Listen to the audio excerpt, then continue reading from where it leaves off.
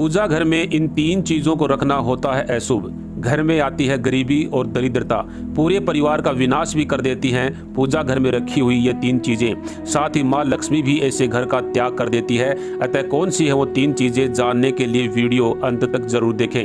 दोस्तों, आगे बढ़ने से पहले एक बार सच्ची श्रद्धा से कमेंट में हर हर महादेव जरूर लिखें।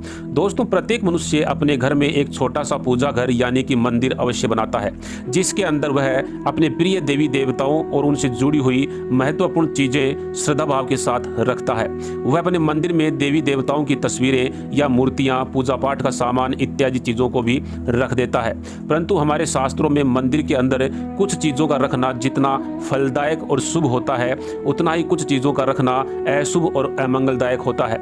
ये कुछ वस्तुएं ऐसी होती हैं जिनसे घर में नकारात्मकता बनी रहती है, जिससे घर में लड़ाई झगड़े क्लेश और नुकसान पे नुकसान होता रहता है।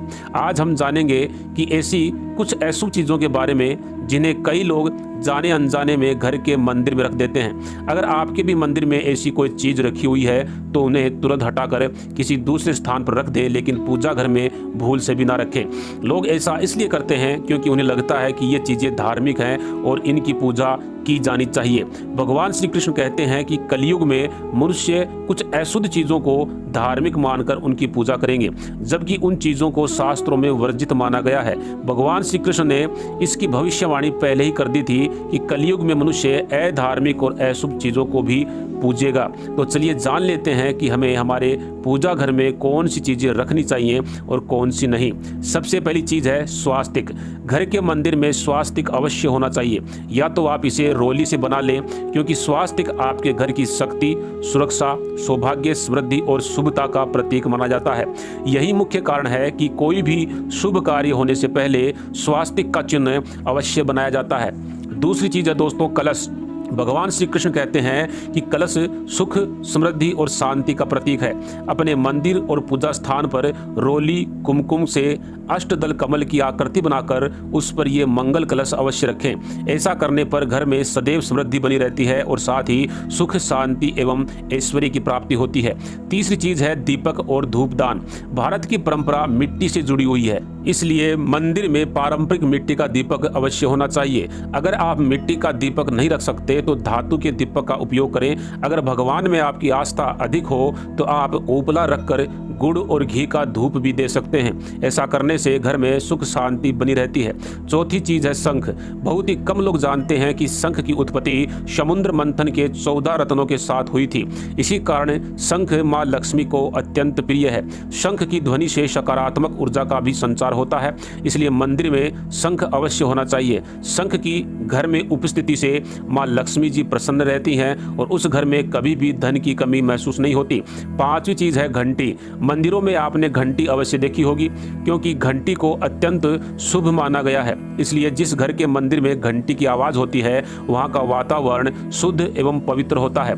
जिस घर में पूजा के दौरान घंटी बजाई जाती है उस घर के अंदर की और आसपास की सारी नकारात्मक शक्तियां दूर हो जाती हैं और साथ ही सुख समृद्धि के द्वार खुलने लगते हैं। तो दोस्तों, ये थी वो वस्तुएं जिनको घर के अंदर मंदिर में अवश्य रखना चाहिए। अब जान लेते हैं कि घर के मंदिर में कौन सी चीजें कभी नहीं रखनी चाहिए। सबसे पहली चीज है दोस्तों टूटे हुए चावल।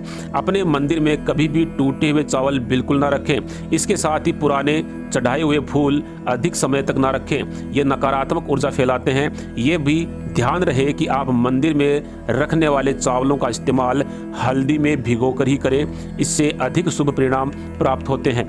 दूसरी चीज है गणेश जी की विषम संख्या में मूर्तियां। हमारे पूजा घर में कभी भी गणेश जी की मूर्तियां 1, 3, 5 अथवा 7 ऐसी विषम संख्या में नहीं रखनी चाहिए। अपने मंदिर में गणेश जी की केवल 2 मूर्तियां रखें, इसे अत्यंत शुभ माना जाता है। यदि आप अपने मंगल की कामना करते हैं तो गणेश जी की मूर्ति मुख्य द्वार पे अंदर की तरफ मुख करके लगाएं।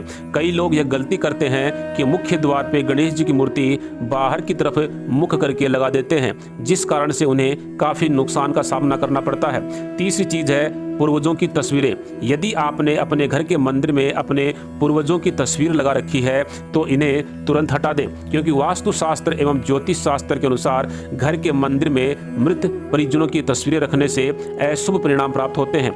मृत परिजन पूजनीय एवं सम्माननीय हैं, किंतु उनका स्थान देवताओं के बराबर नहीं है। मृत परिजनों की तस्वीरें घर के पूजा घर में रखने से पूजा घर का वातावरण भी नकारात्मक बन जाता है, जिसके अशुभ परिणाम हमें भुगतने पड़ते हैं।